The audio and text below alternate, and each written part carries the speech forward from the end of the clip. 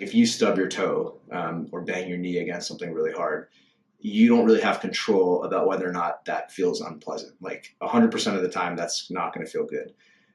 Whereas suffering, I think there's more of an agency over it. It's more about the way that you respond to a painful situation.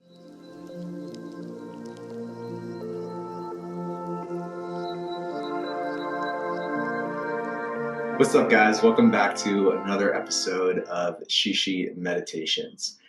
Today, I want to talk about pain and the difference between pain and suffering as I currently understand it. So, I was listening to one of my favorite podcasts the other day. It's a podcast called the Aubrey Marcus Podcast by a guy named Aubrey Marcus. And he had a guest on by the name of Shinzen Young, and I'll link to this podcast episode in the description. But basically, Shinzen Young is like this. He's Western. I think he's American, but he's like a I think Vipassana meditation master. Might be a Zen master. He's a meditation master of some sorts, and they were talking about the difference between suffering and pain, and how one of his fundamental teachings is that, everything in your life is suffering, or all life is suffering. And that kind of got them on this tangent about, well, I mean, is there a difference between pain, like the objective physical sensation or emotional sensation of something being unpleasant, and suffering? And, or can we define those things differently? So, that kind of got me thinking about what's my definition of pain versus my definition of suffering. And I think for me, the key distinction is that pain is something that happens to you, that there isn't really much of there isn't much agency in terms of your control over the sensation. It's like if you stub your toe or bang your knee against something really hard, you don't really have control about whether or not that feels unpleasant. Like 100% of the time, that's not going to feel good. Whereas suffering, I think there's more of an agency over it. It's more about the way that you respond to a painful situation. So pain many times tends to be the cause of the effect, which ends up being suffering.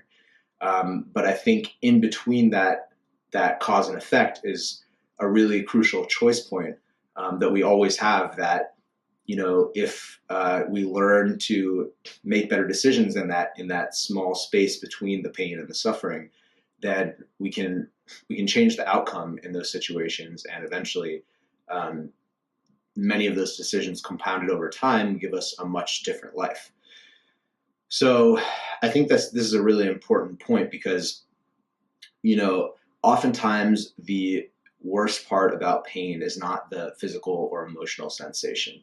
It's not necessarily the actual feeling that you get. If somebody like breaks up with you, or if you bang your knee against something really hard, or whatever it might be, that sensation is going to sting. But oftentimes the worst part about the whole situation is the feeling I hurt. It's the subjective experience that you put yourself under as a victim of that pain. And that's what causes suffering. And that's the difference between pain and suffering. Whereas pain is something that happens to you, suffering involves a certain level of agency and a certain level of choice in which you can deliberately decide how you want to respond to that pain.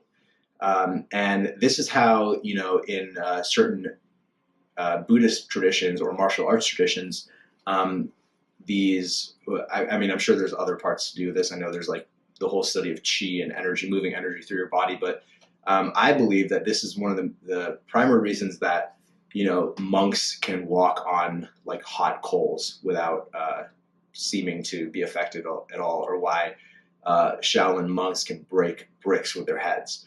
Obviously, like I said, there's probably other aspects of it that I'm not super well versed on, like chi and energy flow in your body. But I think a huge part of it is that they've completely recalibrated their relationship to pain into being something that they are able to actively respond to and actually use in a productive way to build their energy and move closer towards their goal. Whereas most people, or it's oftentimes the case that you have a painful experience and that just creates this victim identity in your mind.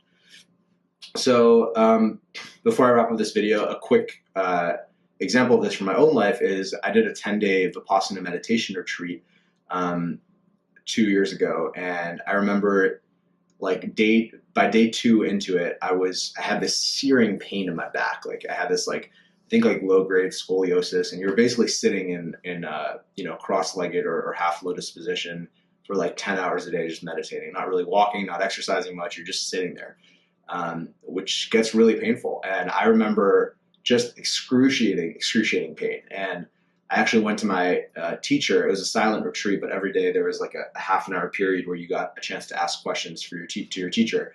And I went to the teacher and I said, "Can I please have a chair, because my back is killing me, and you know, I feel like it's affecting my meditation. I'm not able to do the practice as well as I could, or with as much focus as I could." And basically he said, "You know, I also have chronic back pain, but the difference between you and me is that I've learned how to negotiate my pain better than you have." And I told this story a bunch of times, and I remember like when he first told me that, I was like, the fuck does that mean? Like I was so pissed. I was like, what am I supposed to do with that? Like that doesn't take away my back pain. But eventually I learned through the practice of Vipassana, which is all about letting go of cravings. I want more of something, and aversions. I want less of something. That, you know, recalibrating your mindset towards pain and seeing it as a bunch of sensations that you have the choice on how you want to respond to, can really give you a much healthier and more productive relationship with the inevitably unpleasant things that are going to happen in your life. So that's my video for today, and I hope that you guys all got something out of this, and you can take this new perspective towards pain and realize that there is a choice point between pain and suffering, and your pain doesn't need to lead to suffering. It can lead to insight, it can lead to wisdom, it can lead to resilience, and a whole slew of other positive outcomes. So I will see you guys in the next video. Peace.